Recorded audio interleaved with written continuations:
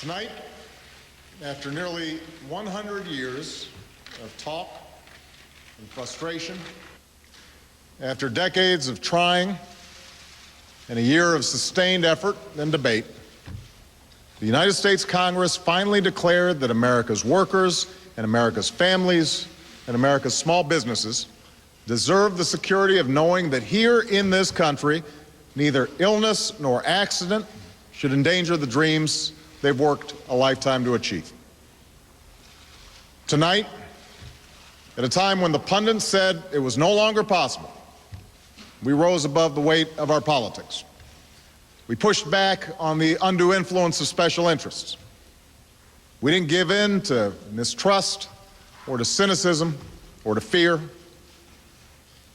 Instead, we proved that we are still a people capable of doing big things and tackling our biggest challenges.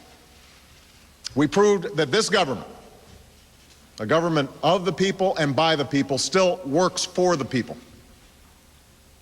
I want to thank every member of Congress who stood up tonight with courage and conviction to make health care reform a reality. And I know this wasn't an easy vote for a lot of people, but it was the right vote. I want to thank Speaker Nancy Pelosi for her extraordinary leadership, and Majority Leader Steny Hoyer and Majority Whip Jim Clyburn for their commitment to getting the job done. I want to thank my outstanding Vice President, Joe Biden, and my wonderful Secretary of Health and Human Services, Kathleen Sebelius, for their fantastic work on this issue. I want to thank the many staffers in Congress and my own incredible staff in the White House who have worked tirelessly over the past year with Americans of all walks of life to forge a reform package finally worthy of the people we were sent here to serve. Now, today's vote answers the dreams of so many who have fought for this reform. To every unsung American who took the time to sit down and write a letter or type out an email hoping your voice would be heard, it has been heard tonight. To the untold numbers who knocked on doors and made phone calls, who organized and mobilized out of a firm conviction that change in this country comes not from the top down, but from the bottom up, let me reaffirm that conviction. This moment is possible because of you. Most importantly, today's vote answers the prayers of every American who has hoped deeply for something to be done about a healthcare system that works for insurance companies but not for ordinary people. For most Americans, this debate has never been about abstractions, the fight between right and left, Republican and Democrat. It's always been about something far more personal. It's about every American who knows the shock of opening an envelope to see that their premiums just shot up again when times are already tough enough. It's about every parent who knows the desperation of trying to cover a child with a chronic illness, only to be told no again and again and again. It's about every small business owner forced to choose between insuring employees and staying open for business. They are why we committed ourselves to this cause. Tonight's vote is not a victory for any one party. It's a victory for them. It's a victory for the American people. And it's a victory for common sense. Now, it probably goes without saying that tonight's vote will give rise to a frenzy of instant analysis. There'll be tallies of Washington winners and losers, predictions about what it means for Democrats and Republicans, for my poll numbers, for my administration. But long after the debate fades away and the prognostication fades away and the dust settles, what will remain standing is not the government-run system some feared or the status quo that serves the interests of the insurance industry, but a healthcare system that incorporates ideas from both parties, a system that works better for the American people.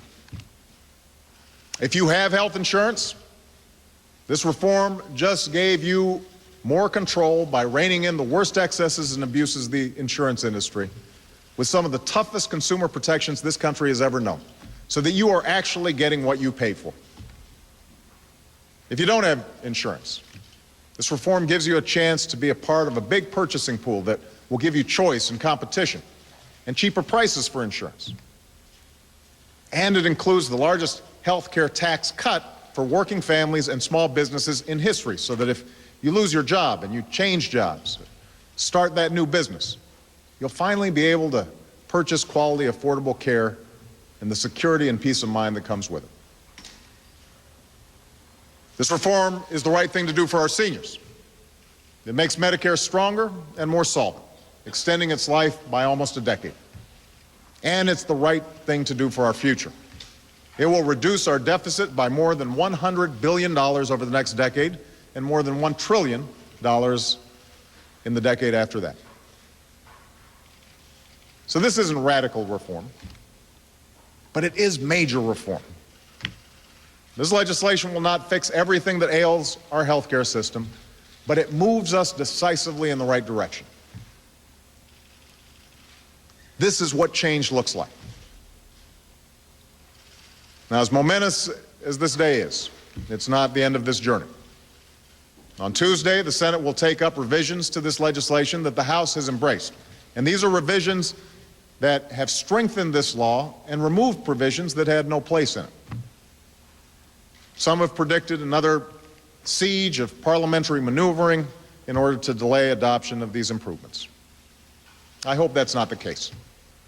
It's time to bring this debate to a close and bring in the hard work of implementing this reform properly on behalf of the American people. This year, and in years to come, we have a solemn responsibility to do it right. Nor does this day represent the end of the work that faces our country. The work of revitalizing our economy goes on.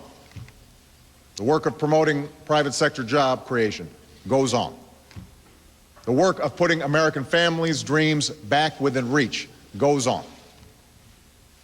And we march on with renewed confidence, energized by this victory on their behalf. In the end, what this day represents is another stone firmly laid in the foundation of the American dream. Tonight, we answered the call of history, as so many generations of Americans have before us. When faced with crisis, we did not shrink from our challenge, we overcame it. We did not avoid our responsibility, we embraced it. We did not fear our future, we shaped it. Thank you. God bless you, and may God bless the United States of America.